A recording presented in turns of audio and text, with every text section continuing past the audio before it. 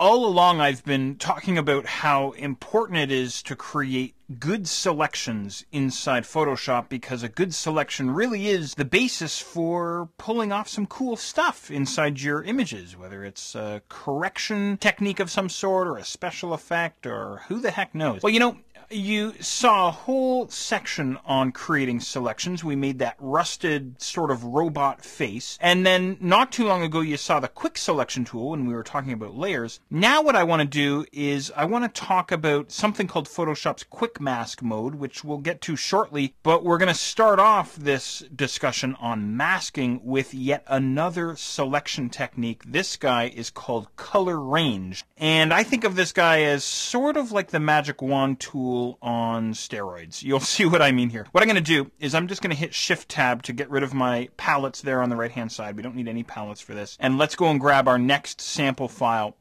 So go ahead and double click on your gray background, head into your project files folder and look for a file called buddha.jpg. Go ahead and pop that guy open.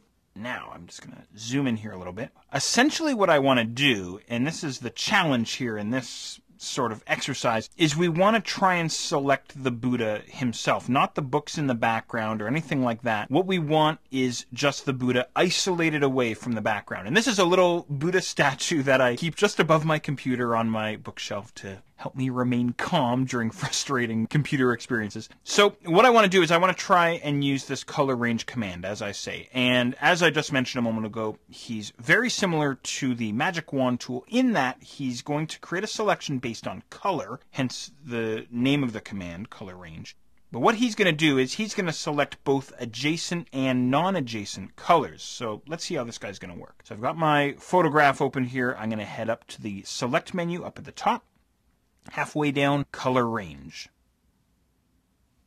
All right, now inside the color range dialog box, let's just make sure of a few things here first. Down at the bottom, make sure your selection preview is set to none. I'll talk about that guy in just a moment. You'll see how that plays out. Now, inside the dialog box, there's some weird stuff going on here. We have a thumbnail preview of our image, but it looks kind of weird and wacky. There's blacks and whites and shades of gray there. This thumbnail here represents what we have selected inside our image. And notice, by the way, when I bring my cursor out of the dialog box, the cursor changes to an eyedropper. So what I'm going to do here is I'm going to try and click on my Buddha statue to select the statue. Maybe I'll click down towards sort of the bottom left of his Buddha belly there. I'll single click there. Actually, that's not bad, because how this works here is when I click here inside the image, back inside the dialog box, this thumbnail here, as I say, represents what we have selected. So areas that are filled with black are not selected. Areas that are filled with white are selected. And areas that are filled with shades of gray are semi-selected, if that makes sense. Now, before I get going too crazy here, here's a few things that I want to bounce off you. So I went into my image, I clicked on the statue there, and I can click in different areas, by the way, to try and get the best selection possible here. In other words, what I want to try and do is get as much of the statue selected there as I can. But what's cool here as well is, do you remember when we were working with the magic wand tool, we had a tolerance field? And the tolerance field allowed us to control how much color was being selected. Well, that's exactly what the fuzziness slider does here in the color range. So in other words, the fuzziness slider is going to increase or decrease the tolerance. So if I drop this guy way down and then say click on his Buddha belly here, I don't get much selected there at all. Let me try clicking around here a little bit. I get some, but not much, right? If I crank his fuzziness way up, say into the hundreds there, about 120, and then I start clicking around, I'm getting a lot more of the statue selected, which is great. You can also see, though, that I'm getting a lot of the background selected there as well.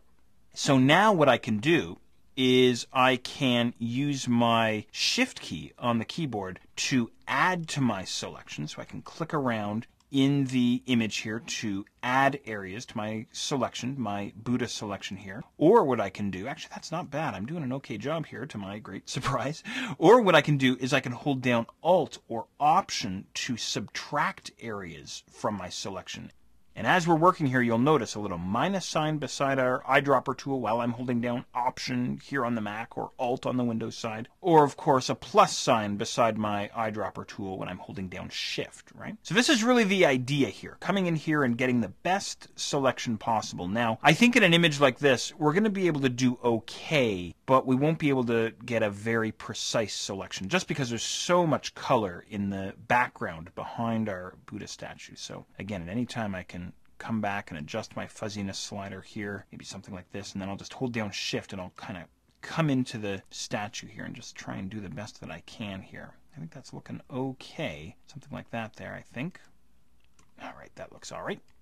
So as I say, you might need to experiment a little bit. Now, I mentioned this selection preview drop-down menu. Now, the default is none, but I had mine set to grayscale previously from a previous image I was working on. So if I switch to grayscale, now I get this preview inside my document window. And again, I can hold down Shift or Alt or Option and come along and clean this up a little bit. Or what I can do is I can switch to black matte, something like that. So again, black areas are not selected. Areas that look normal, like a normal photograph, are selected. And we have a few other options here as well. We have white mask. You can certainly use that. So again, now white areas are not selected. Or I can use something called quick mask. And I mentioned quick mask not too long ago. With the quick mask preview, now areas that are not selected are covered in this sort of this red overlay, this red rubylith. And of course, we'll be talking more about the quick mask mode very shortly.